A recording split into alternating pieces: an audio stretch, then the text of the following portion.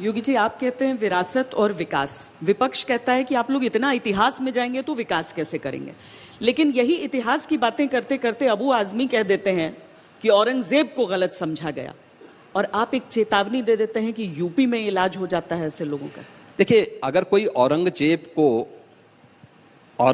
को अपना नायक और आदर्श मानता है तो मैं मानता हूं कि वह एक कोई मानसिक विकृति का शिकार है।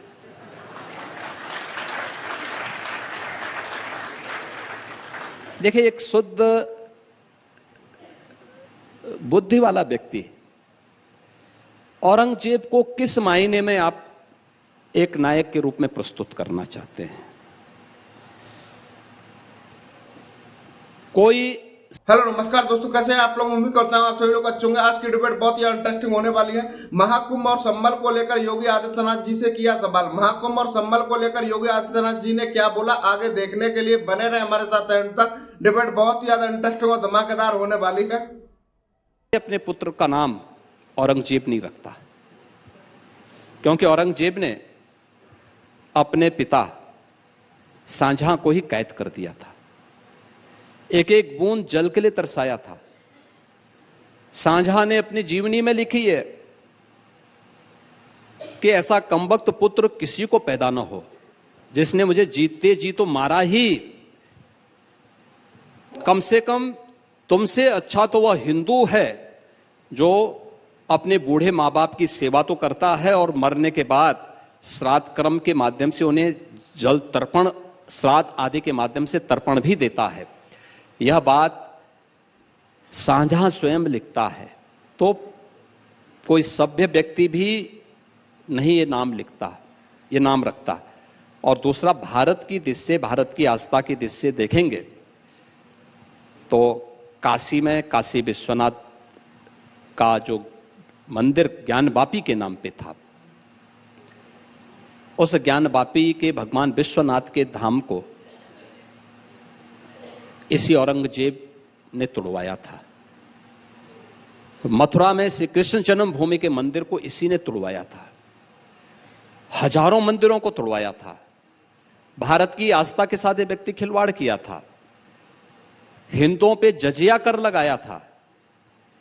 भारत के अंदर लाखों हिंदुओं का कत्लेआम किया था, और उसको कोई आदर्श माने तो यह तो, और इसलिए इस प्रकार की मानसिक विकृति का उपचार का सबसे अच्छा सेंटर उत्तर प्रदेश है। उत्तर प्रदेश में आइए ना, हम बहुत अच्छे ढंग से उपचार करवाएंगे। काशी विश्वनाथ में फिर मंदिर बने, मथुरा में फिर मंदिर बने, ये आपकी सरकार की कितनी बड़ी प्राथमिकता है? मैं इसलिए देखिए, मंदिर बनाना सरकार की प्राथमिकता नहीं होती है, लेकिन जनता की आस्था का सम्मान करना और समय के अनुरूप उसके लिए उचित माहौल बनाने के लिए अपनी तैयारी रखना। और मेरा यह मानना है कि आज देश विकास के बारे में सोच रहा है। विकास अस्थायी सौहार्द से होगा। ताली एक हाथ से नहीं बजती है, दोनों हाथों से बजेगी। एक दूसरे की भावनाओं को सम्मान देना होगा, और सम्मान आप तभी दे पाएंगे जब आस्था के इन प्रतीकों को ससम्मान या तो दें, और नहीं तो फिर फैसला भी होगा, समय के अनुरूप फैसला भी आएंगे, और अंततः जीत तो सत्य की ही होनी है और धर्म की ही होनी है। सवाल यह है कि वर्तमान में इन ऐतिहासिक वाक्यों का क्या महत्व है? मैं इसलिए पूछता हूं क्योंकि इस वक्त हमारी जो अर्थव्यवस्था की विकास दर है उसमें थोड़ी गिरावट आई है, साथ ही साथ स्टॉक मार्केट में काफ़ी डाउनफॉल आया है। उत्तर प्रदेश में, बाकी देश में जॉब्स क्रिएट हो, ये बड़ा चैलेंज है। इकोनॉमिक डेवलपमेंट फास्ट हो, ये बड़ा चैलेंज है। हम प्राथमिकता किसको मानते हैं कि किस स्पीड से हमारी इकोनॉमी ग्रो करे, या फिर ये जो हिस्टोरिकल इनजस्टिसेस हैं, और वाकई में है, कोई भी अगर जाता है काशी तो वहां पे आप कह ही नहीं सकते कि ये मस्जिद है, वो तो मंदिर दिखता है, उसको एक बार फिर से मंदिर बनाया जाए, इस पे आप अपना ध्यान देना चाहते हैं, या फिर कि उत्तर प्रदेश की इकोनॉमी ज्यादा स्पीड से ग्रो करे, इंडिया में उसका मल्टीप्लायर इफेक्ट आए, उस पे ध्यान देना? देखिए, दोनों चीजें साथ साथ चलेंगे। मैंने पहले कहा ना, विरासत भी और विकास भी। विरासत इसलिए, भाई देखो, एक बात मान के चलो कि जो लोग भारत के महापुरुषों को, भारत की परंपरा को अपना आदर्श नहीं मानते, तो ये विकास के वैसे भी बैरियर है। और इनकी तुलना एक विचारक ने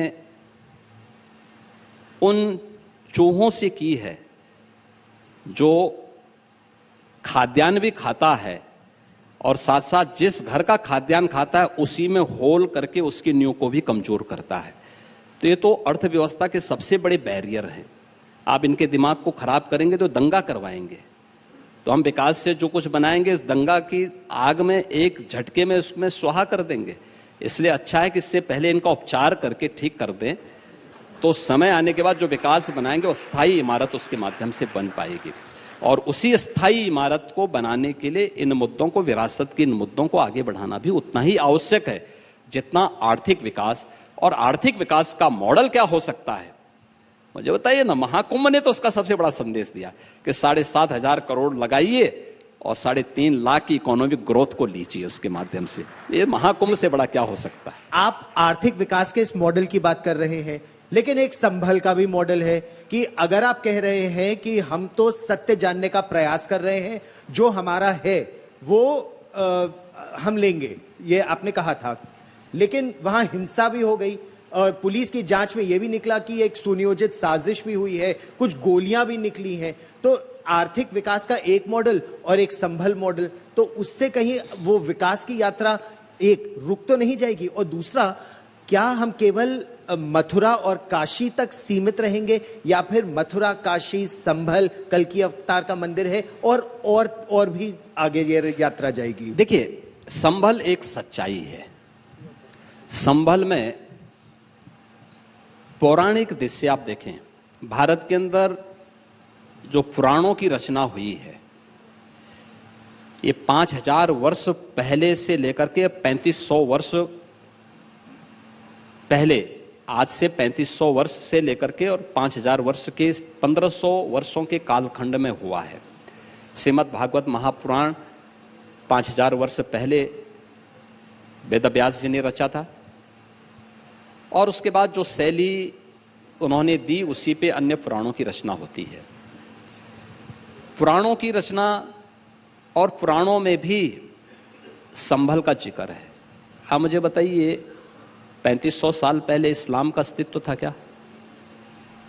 एक प्रश्न मैं ही ये पूछता हूं। था ही नहीं।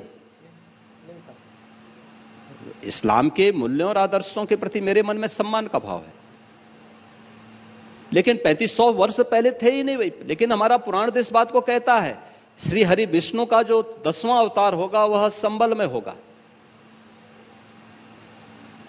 और वहां पे 68 तीर्थ थे,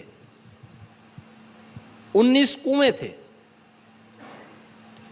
आप आश्चर्य करेंगे, ये 68 तीर्थ और 19 कुओं को सबको कब्जा करके नष्ट कर दिया गया, कब्जा कर लिया गया। किसी को कानों कान खबर नहीं लगी, कोई बोला नहीं। 1976 में एक बड़ा दंगा हुआ, वहां सैकड़ों हिंदुओं का कत्लेआम हुआ, पूरी फाइल दबा दी गई।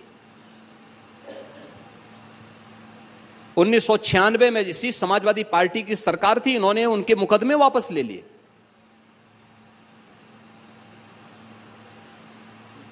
और जब माननीय न्यायालय ने ही आदेश दिया कि वहां का ठीक है ईएसआई सर्वे करे। देखिए, संभल की जामा मस्जिद है, जामा मस्जिद मुसलमानों के दिन नहीं थी, आर्कियोलॉजिकल सर्वे ऑफ इंडिया के पास थी। इन्होंने जबरदस्ती ईएसआई के लोगों को समाजवादी पार्टी की सरकार में मार करके वहां से भगा दिया और उस पर काबिज हुए। उसके बाद इन लोगों ने वहां पर अपने कार्यक्रमों को करना प्रारंभ कर दिया। पूरे संभल कस्बे को हिंदू विहीन कर दिया था, मंदिरों को बंद कर दिया था। इस बार शिवरात्रि में आपने देखा होगा वहां के मंदिरों में जलाभिषेक का कार्यक्रम हुआ। अब तो नहीं कोई पत्थरबाजी कर रहा है वहां, अब तो नहीं कोई वहां पे उत्पात कर रहा है। अब वहां कुएं खोदे जा रहे हैं, सब कुएं निकल रहे हैं। पत्थर का भी तो पुलिस स्टेशन बना रहे हैं। हाँ, हमने मस्जिद के जो जहां पे संभल का मुख्य तीर्थ था, उसी के सामने हमने सुरक्षा की दृष्टि से पुलिस चौकी भी हमारी बन चुकी है और सभी कुओं को, सभी तीर्थों को, यानी 68 तीर्थों में से बहुत सारे तीर्थ निकल चुके हैं, कुछ पे हमारा कार्य चल रहा है अभी। और ये सब सच्चाई आना चाहिए सबके सामने। भाई ये तो सभी चीजें नीचे दबी हुई हैं, अभी भी बची हुई हैं, तो कैसे आप इसको बोल विहीन हो सकते गया था? हैं? पुरातात्विक प्रमाण तो वहां मौजूद है। मैं आशा करता हूं आपको डिबेट पसंद आई होगी। ऐसे इंटरेस्टिंग धमाकेदार डिबेट शो देखने के लिए हमारे चैनल को सब्सक्राइब करें, वीडियो को शेयर करें। मिलते हैं ऐसी एक और इंटरेस्टिंग डिबेट के साथ में।